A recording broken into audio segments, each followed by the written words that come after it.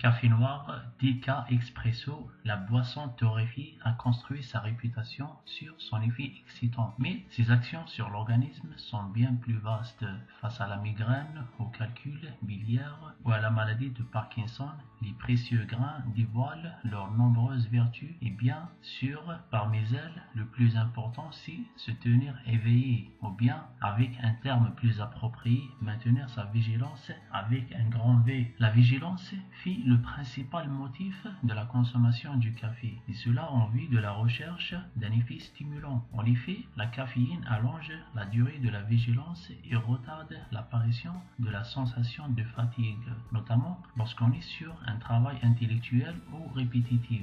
Elle améliore ainsi les réflexes et la perception visuelle, ce qui se reflète positivement sur les automobilistes. La caféine, une boisson peu calorique, connue pour son effet stimulant de l'organisme, la caféine entraîne même une augmentation des dépenses énergétiques de base, respiration, maintien de la posture, activités intellectuelles, consommant alors 16% d'énergie en plus lorsque le corps est sous l'empire de la caféine. Mais cette dépense ne représente pas pour autant un pouvoir amaigrissant du café. La boisson est de toute façon très peu calorique, à condition de la boire sans sucre, accélère la digestion et procure un effet anti-migraineux. La prise de la caféine est connue pendant la matinée surtout et même après le repas, ce qui explique en effet son pouvoir de faciliter la digestion en augmentant la sécrétion de salive et d'enzymes digestives et en favorisant le transit intestinal. Ce breuvage reste néanmoins déconseillé aux personnes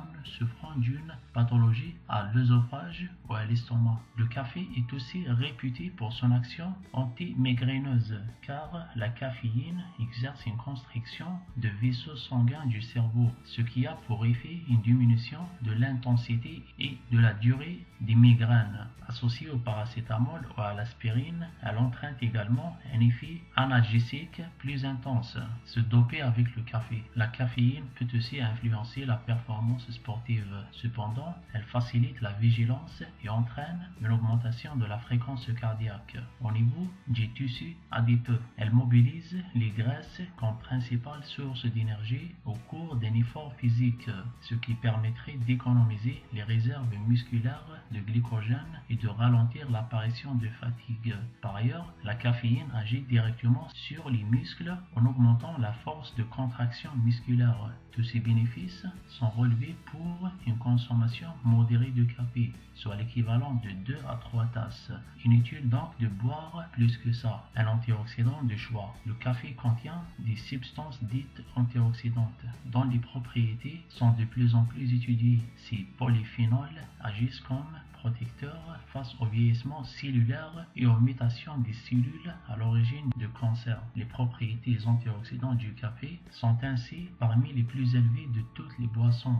Avec le thé, pour autant, le rôle de l'expresso dans la prévention du cancer du côlon n'est pas encore élucidé. Les chercheurs restent cependant unanimes. Une protection contre le Parkinson. L'effet positif de la caféine semble se confirmer dans la maladie de Parkinson, trouble neurodégénératif qui touche 3% des sujets de plus de 65 ans. De nombreuses études de population avaient déjà permis d'observer une fréquence moindre de la maladie chez les buveurs de café réguliers. Le facteur de protection est estimé à environ 30% pour les sujets consommant au moins 2 tasses de café par jour. Si le mode d'action reste encore imprécis, de récents travaux expérimentaux ont mis en évidence un mécanisme neuroprotecteur.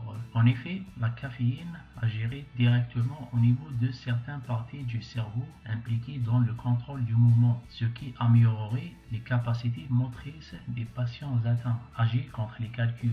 La caféine offrirait également une protection contre les calculs biliaires. Une vaste étude menée sur plus de 7800 infirmières américaines a révélé que les femmes buvant 4 tasses de café au plus par jour étaient 25% moins à risque d'avoir des calculs biliaires. D'autres ont montré un impact plus plus marqué chez les hommes puisque la réduction des risques pouvait atteindre 45%. Enfin, il faut bien savoir et prendre en compte surtout que les effets positifs du café sont liés à des doses modérées. La consommation excessive génère des effets négatifs tels que la nervosité, l'anxiété, l'agressivité, les insomnies. Alors, buvez mais sans abuser. Merci d'avoir suivi. Laissez-nous des commentaires, donnez-nous votre avis, partagez la vidéo avec tout le monde, un petit pouce bleu si vous avez aimé ou pas. Et d'ici là, prenez bien soin de vous.